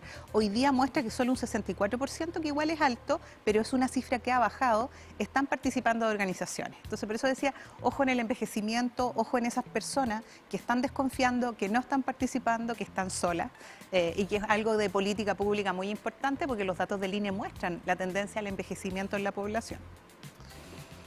Cambiamos de pregunta para poder también analizar un poco y desglosar lo que realizó este barómetro. Afección por conflictos en la región. ¿Usted o su familia se han sentido afectados por alguna de las siguientes situaciones? La contaminación del agua o aire, alteración del paisaje y el deterioro del patrimonio natural, contaminación del suelo, construcción de autopistas y carreteras, instalación de funcionamiento de centrales energéticas, efectos de la pesca industrial sobre el mar y las caletas, instalación o funcionamiento de faenas mineras. Tú lo leíste súper bien, porque lo leíste justamente en el orden, claro. el orden de lo que son las principales afectaciones. Sigue siendo elementos vinculados a la contaminación del agua o el aire, como muestran las columnas, ¿cierto? El color más claro muestra las principales estadísticas. Y nosotros, entonces, esos aspectos de contaminación, pero también la alteración del paisaje, es algo que la gente estima como uno de los conflictos principales de nuestra región.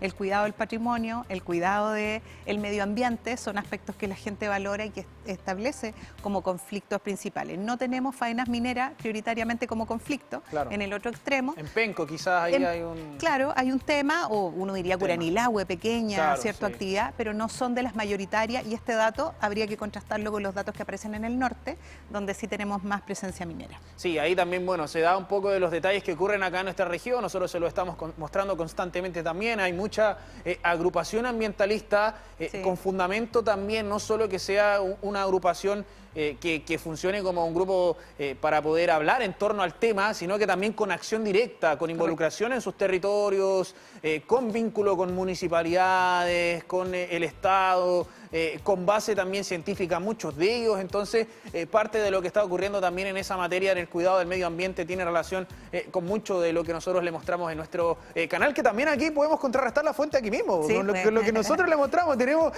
ese detalle de lo que nosotros también le mostramos, lo podemos contrarrestar en torno también a lo que se genera de barómetro. Cambiamos de pregunta, tipos de medios por lo que se informa normalmente, y atención, esto es importante para nosotros. Normalmente, de los siguientes medios de comunicación que le nombraré, usted se informa sobre cosas que pasan en su región a través de radios locales o comunitarias, canales de televisión locales o regionales. Ahí estamos nosotros. Radios nacionales, sitios web de noticias regionales, ahí también. Sitios web de noticias nacionales, canales de TV nacionales, redes sociales, WhatsApp, Facebook, Instagram, etcétera. Se queda, mira, un 85%. Y esto, sí, si lo preguntáramos, ni siquiera nos vamos tan atrás. Hace 15 años atrás... Claro, una tendencia completamente distinta. Claro. Pero ¿sabes qué? Acá, efectivamente, yo hago el análisis respecto de la democracia, porque siempre he dicho eso, y como hacemos el vínculo también con el análisis político, el que la gente se informe a través de sus redes sociales lo que impide es un diálogo común. O de consensos comunes sobre lo que queremos como sociedad. Cada cual está conversando con lo que el algoritmo le marca en términos de sus preferencias. Esa es la crisis de la democracia, ¿no? Y es el riesgo que tenemos de construir visiones comunes de sociedad. Ahora, efectivamente, la gente se informa prioritariamente por redes sociales, en segundo lugar por canales nacionales, pero no necesariamente significa, a propósito de lo que tú decías, del rol de los canales regionales, ¿cierto?, que tengamos buena valoración, porque sí, lo podemos ver más adelante, hay una altísima valoración de los medios de comunicación regional. El rol y la responsabilidad que tenemos ahí es grande, lo podemos mostrar luego, ¿no? Ventajas para el desarrollo regional. ¿Cuál es la principal ventaja que tiene la región del Biobío para avanzar en el proceso de desarrollo regional? Riquezas naturales, capacidad de trabajo, capacidad de profesionales, preocupación de empresarios por el desarrollo de la región, orden público, seguridad, calidad de sus autoridades y dirigentes, tradiciones culturales, calidad y eficiencia de los servicios públicos. Oye, yo ahí relevaría la evaluación que se está haciendo del sector público. Tenemos un tremendo desafío en eso, por más que se invierta más aún con la crisis de confianza ahora, con las acciones, ¿cierto?, de la Contraloría, que han mostrado casos como los de licencias médicas u otros, el desafío que tenemos de mejorar, ¿cierto?, los servicios públicos, la gestión, la atención que damos a la ciudadanía. Bueno, y las riquezas naturales, somos una hermosa región donde tenemos capital humano de sobra, formamos las universidades personas, así que tenemos todos los elementos para el desarrollo regional, pero tenemos muchos elementos que mejorar y gestionar de todas formas. Ahí también se relaciona con lo del cuidado de la protección del medio ambiente, así que vemos también ahí cómo se marca una tendencia en torno a lo que son la característica natural también. Tenemos pendiente la discusión o la presentación de estos resultados con el mundo privado, ¿no?, con las empresas. ¿Cuál es el aporte que el sector privado está desarrollando a la región? Esa alianza público-privada es fundamental para que la región también genere grandes proyectos de desarrollo, y ahí tanto el mundo de la empresa como las universidades, el sector público están convocados. Falta entonces aquello. Se va a dar la oportunidad, sabemos que así será, así que vamos a estar también atentos a cuando tengamos informaciones. Cambiamos entonces, nos vamos también al aporte de las autoridades al desarrollo de la región. A continuación le voy a leer una lista de instituciones y autoridades. Por favor, indíquenos si en su opinión estas aportan mucho, algo, poco, nada al desarrollo de esta región. Haga usted también el ejercicio en la casa, aprovechando que estamos aquí mismo. A ver si se siente representado. Claro, si es que aparece dentro de un grupo, si se ve representado.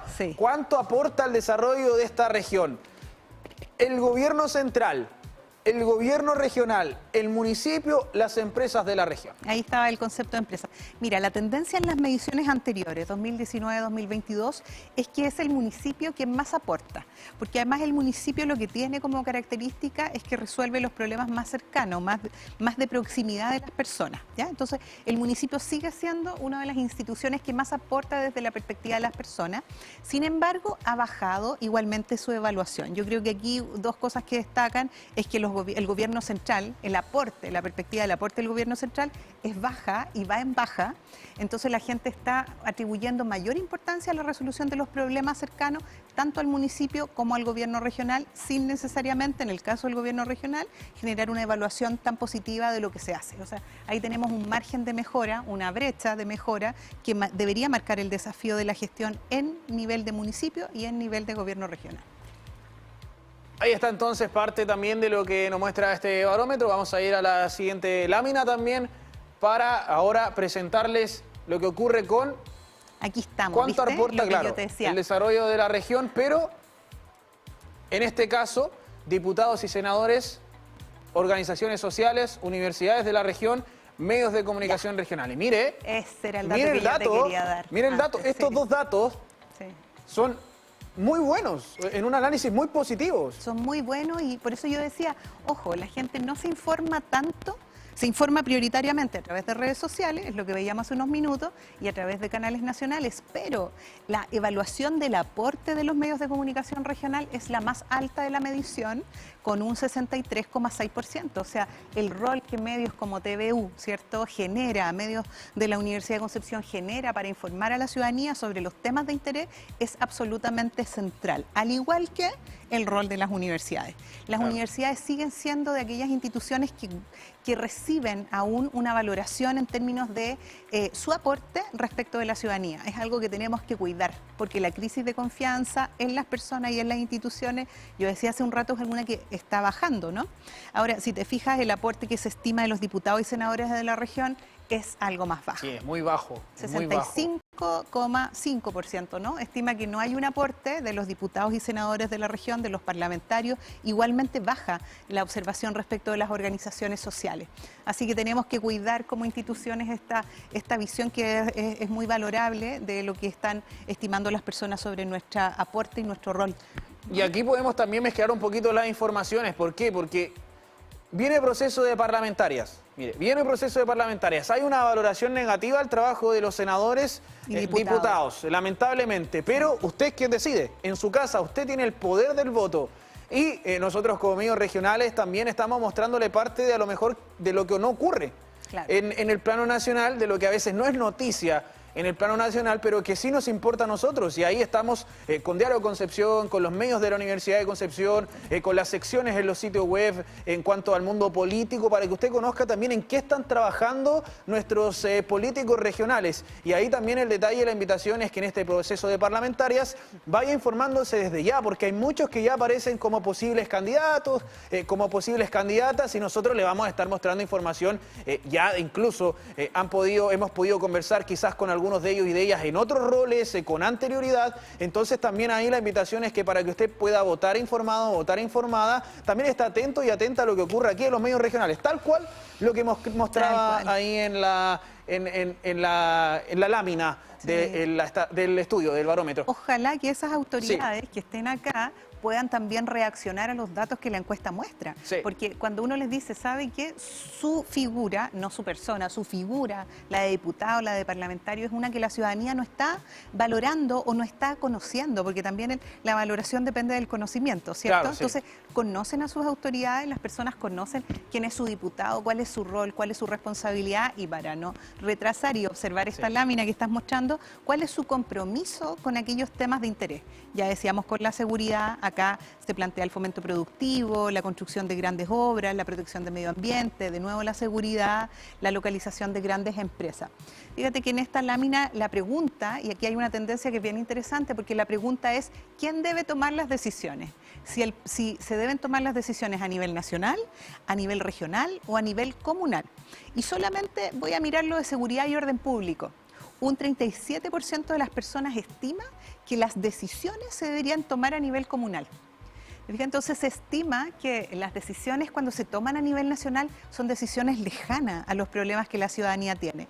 En temas, por ejemplo, de fomento productivo, se estima que a nivel regional también debiésemos tomar más acciones y más decisiones para poder fomentar el desarrollo económico en nuestra región, ¿no? Sí, aquí hay otro detalle que me parece también muy bueno de analizar, y es la construcción de grandes obras públicas que también van a una perspectiva nacional y que va de la mano con lo que es el desarrollo y lo que se ha dicho, bueno, parte de las palabras del presidente Gabriel Boric, del mismo que dijo que estas grandes obras no solo se construyen en un gobierno, sino que son políticas de Estado. Claro, entonces ahí también podemos analizar un poco lo que está ocurriendo dentro de nuestra actualidad, de lo que está sucediendo ahora, considerando grandes obras que están ocurriendo ahora, el puente ferroviario, el puente industrial, pero lo interesante, igual respecto de, yo siempre he dicho en distintos lados, y además yo dirijo este programa que es de convergencia regionalista, así que tengo una reflexión y una orientación hacia la descentralización y la regionalización. Y si bien, ¿cierto?, tenemos ya autoridades electas como gobernadores regionales, lo interesante es que se sepa que la ciudadanía está esperando que las autoridades a nivel comunal y regional tengan mayor preponderancia en impulsar proyectos de desarrollo. Y esta pregunta es bien compleja, porque esta que se muestra acá, si usted piensa y observa la realidad de la región del Biobío, ¿cree que ha aumentado el centralismo, la dependencia, o hay mayor autonomía? Entonces la gente dice, mira, hay mayor autonomía.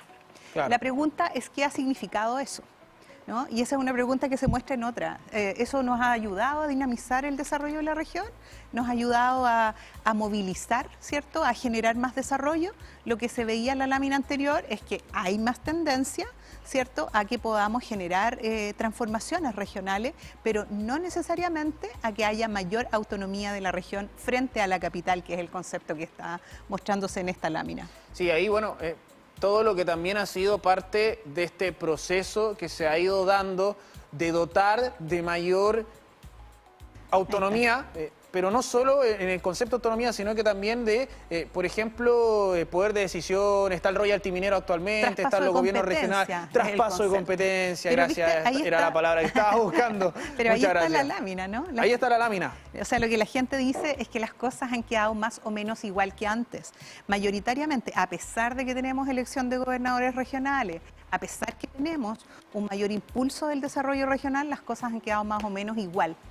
Esa posición luego se expresa en una cierta indiferencia política también, ¿no? O sea, mira, da lo mismo, me tengo que levantar a trabajar, da lo mismo quien gane, las cosas quedan más o menos igual, independiente de la autoridad que asuma un rol importante, ¿no? Conocimiento de autoridades. Indíqueme el nombre de las personas que ocupan actualmente los siguientes cargos. Mire, la verdad, yo le voy a ser honesto en esto. Nosotros trabajamos con las autoridades. Las conocen más que las nadie, conocemos, ¿no? Estamos en terreno con ellos, tenemos esto de que los conocemos de rostro, pero muchas veces, y a mí me pasaba, antes de empezar a trabajar en esto, bueno, nosotros igual tenemos una cultura de leer noticias, de ver noticias en mi casa, en mi familia. Muchas veces yo leía noticias y decía la autoridad, decía tal persona, pero nunca le daba un rostro. Claro, y eso es un poco la lejanía de la autoridad. Y mire lo que nos muestra aquí. Lo que nos muestra esta gráfica con respecto a justamente aquello. Bueno, nosotros también en la universidad teníamos test de actualidad. Que claro, ahí ya teníamos que, desde la universidad teníamos que empezar a saber cuáles eran los nombres de la autoridad y acostumbrarse a ello, pero eso es parte un poco de lo que es nuestra formación. Ahora, ¿qué es lo que ocurre cuando no está esto detrás? Bueno, mire. Bueno, y era lo que yo te planteaba, o sea, cuando vemos la valoración, ¿cómo la gente va a conocer respecto de diputados y senadores? Hablemos de eso en primer lugar, que son las penúltimas, ¿cierto? Ni siquiera la de delegado es compleja, ya, que es la última. Un 84% dice que no conoce la figura del delegado presidencial. Es altísima, ¿cierto? Y diputados y senadores, un 78-79% plantea que no conoce a la figura, ¿cierto? O a algún diputado o senador. Entonces, eso es altísimo. Y efectivamente, que era algo que también asociábamos en datos anteriores, la gente tiene una mayor valoración del municipio La figura del presidente no la vamos a plantear porque es una que aparece en los medios, Claro, que se conoce, ¿cierto?, etcétera. Pero la figura de alcalde o alcaldesa es una figura que se conoce mayoritariamente. Claro. De nuevo, esta característica de los municipios de cercanía, de proximidad, de relación con la ciudadanía, es una que se expresa en el conocimiento que la gente tiene de su figura y del rol que tienen que cumplir. Sí, ¿no? ahí me llama la atención la delegación presidencial porque están en todos lados. Pero en cambio los diputados, los senadores, si tienen semana distrital, por ejemplo, nosotros no hemos tenido la oportunidad de ver acá a Sebastián Keitel, y eso es una realidad. O sea, como medios de comunicación sí hemos conversado con otros senadores, diputados, sí. Pero entonces se entiende que ahí haya un poco de distancia. Sí. Cambiamos entonces, vamos rápidamente. ¿Usted aprueba o desaprueba la gestión de gobernación regional? En este caso, el gobernador regional. ¿Aprueba, desaprueba, no aprueba ni desaprueba? No sabe, no responde. Y delegación presidencial también. Bueno, aquí se mostraba esta tendencia y tensión que existe, al menos en el discurso. Yo creo que toda la discusión de descentralización igual es bien elitista, en el sentido de que hay poca gente que está metida en el detalle de la discusión. Entonces siempre se ha conversado sobre la existencia de ambas figuras en paralelo, porque acuérdate que una promesa de campaña fue que se iba a eliminar una de las figuras, la del delegado presidencial. Esto muestra que para la gente en realidad esto no es muy relevante, no es un tema. Esa es mi interpretación, ¿no? Hay un 33% que aprueba la figura de gobernador, un 25% que aprueba la del delegado, un 28% que desaprueba la del gobierno regional, un 24%. Entonces, más allá de los datos, lo que muestra es que no necesariamente es un tema esta lámina, ¿cierto?, que tenga mucha relevancia para la ciudadanía. Yo creo que eso es el análisis principal de esa figura. En cada región hay un delegado presidencial designado por el presidente y también un gobernador electo. ¿A usted le parece que estos cargos deberían modificarse? Lo que estaba mencionando la doctora, ¿debería eliminarse el cargo? ¿Debería eliminarse el cargo del delegado presidencial?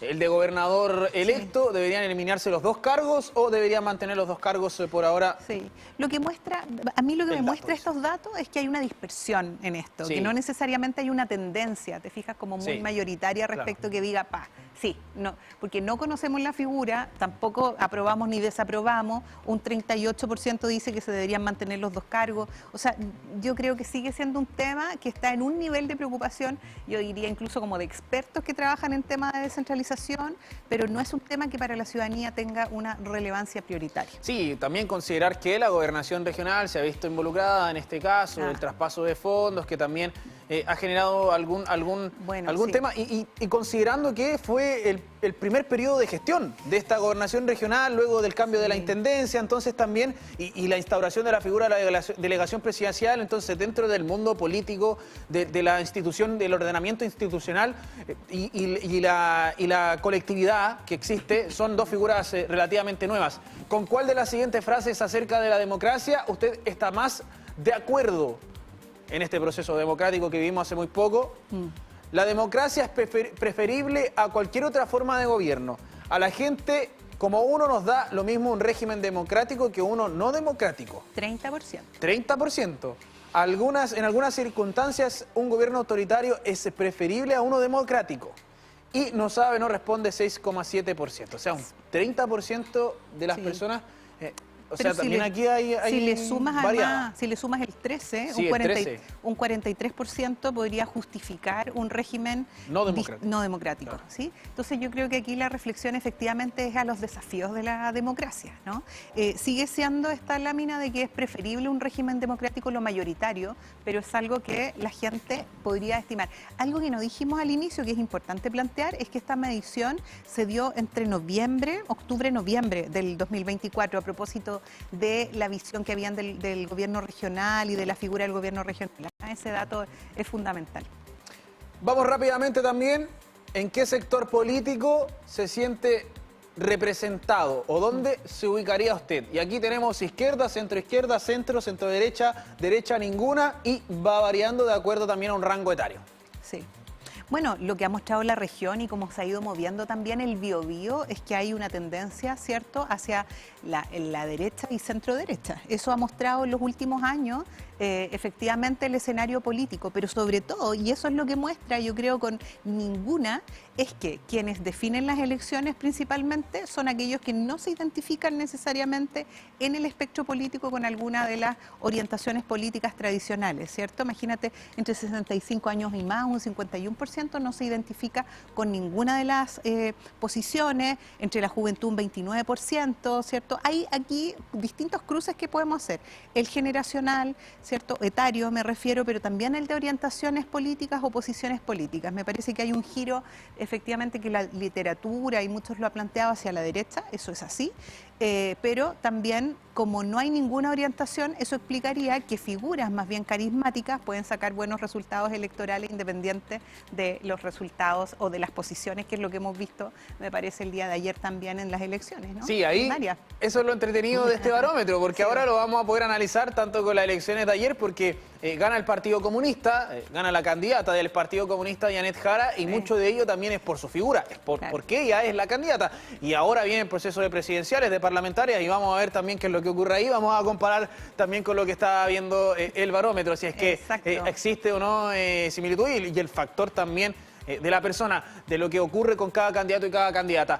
Prioridades del Estado con pueblos originarios. ¿Cuáles son las tres principales prioridades que debería abordar el Estado chileno con los pueblos originarios? Y ahí está una serie de también frases, por ejemplo, erradicación de violencia en comunidades y territorios habitados por ellos, reconocimiento de pueblos originarios, priorizar pueblos originarios en asignación de beneficios sociales, ampliar su política de restitución de tierras ancestrales. Me quedo con esos cuatro porque son también lo que hemos más visto en medios de comunicación cada vez que se habla de este tema.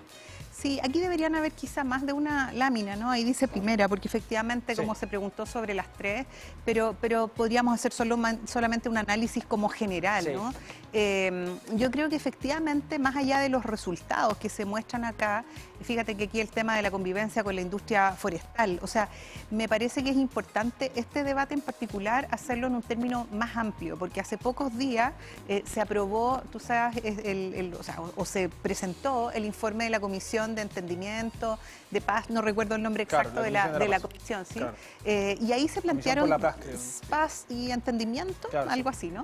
Entonces paz, yo creo que ahí tenemos un desafío de conversación más amplia.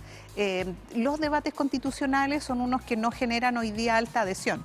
Hemos visto en nuestra historia reciente que se han planteado o que han sido un proceso fracasado en el sentido del avance de procesos constitucionales, de reformas constitucionales de importancia. Y en ese mismo sentido, la discusión de los pueblos originarios a mí me parece que ha tenido un espacio que también genera mucha resistencia, pero que yo creo que sigue siendo sin duda en nuestra región del Biobío un tema de absoluta interés, tanto porque lo discutes en términos amplios como de la ocupación territorial, como la convivencia con las industrias forestales, la convivencia con quienes no son también mapuches, que habitan en comunas como Cañete, Contulmo, etcétera.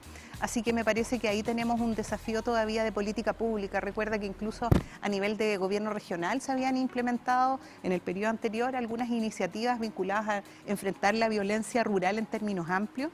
Así que yo creo que estos datos más bien debiesen servir a alimentar ese debate y asumiendo que nuestra región no puede dejar ausente ese tema, bueno, y nuestra universidad también en estos espacios de reflexión y análisis. Bueno, doctora, queremos agradecerle por su tiempo, por estar aquí junto a nosotros, también felicitarle por este trabajo, a usted y a todo el equipo que estuvo detrás de este barómetro, que nosotros también como medios de comunicación nos permiten analizar qué es lo que está ocurriendo, conversar en torno a este tema, pero también traspasarle un poco esta responsabilidad a la gente. Haga usted el ejercicio, vea el barómetro, también revise lo que está ocurriendo en el panorama nacional, participe usted mismo, porque usted puede hacer este mismo ejercicio con el barómetro en su casa, en su familia. Oye, mira, esta pregunta me llamó la atención, hagámosla, transformémoslo en tema de conversación, porque así también podemos contrarrestar los datos, estar informados e informadas, sobre todo en este contexto que vamos a tener de elecciones parlamentarias, de elecciones también presidenciales. Sé que muchos de los temas que analiza el barómetro van a ser parte del debate público. En muy poco, bueno, desde ya lo vimos en estas primarias, pero ahora también ya cuando se definan los candidatos este 18 de agosto. Doctora, muchísimas gracias. Mira, solo decir que agradecemos mucho el espacio porque justamente nuestra responsabilidad y nuestro deseo es dar a conocer estos resultados para que forman parte del debate público. Vamos a seguir comprometidos al análisis de los datos, a disponer estos datos en nuestra página de Administración Pública y Ciencia Política, de CREASUR, para que justamente se puedan generar distintos cruces. Vamos a comprometernos incluso con TVU a generar mayor análisis respecto del consumo de medios regionales, quién consume más, dónde está esa valoración, si por grupos etarios, etcétera, porque podemos todavía hacer ese tipo de, claro, de a nivel cruce, detalle. Claro. A nivel de detalle. Entonces tenemos datos para hacer análisis, tenemos deseo de mirar con perspectiva. Todas las preguntas que hemos planteado u otras que nos puedan plantear son unas que podemos resolver y, como tú bien dices, cruzando con otros datos existentes. Con el INE, por ejemplo, hoy día veía un análisis bien interesante de dónde fue la principal votación geolocalizada, ¿no? Principalmente fue en Santiago, pero en regiones todavía hubo muy baja participación en las primarias. Ahí tienen un mundo, desde el mundo político, que tienen que abordar, así que, bueno, podemos dar hartas alertas desde los datos, que es nuestro rol, así que vamos a seguir en eso, y muchas gracias por este espacio y por permitirnos presentar estos resultados que han sido muy interesantes. Doctora, le agradecemos, muchísimas gracias, felicitarle nuevamente al equipo también ahí que está detrás, sabemos que fueron harto esfuerzo, hasta semanas ahí trabajando para poder lograr esto, así que muchísimas gracias también por estar con nosotros en esta jornada. Y nos separamos brevemente, nos vamos a una pausa y ya regresamos.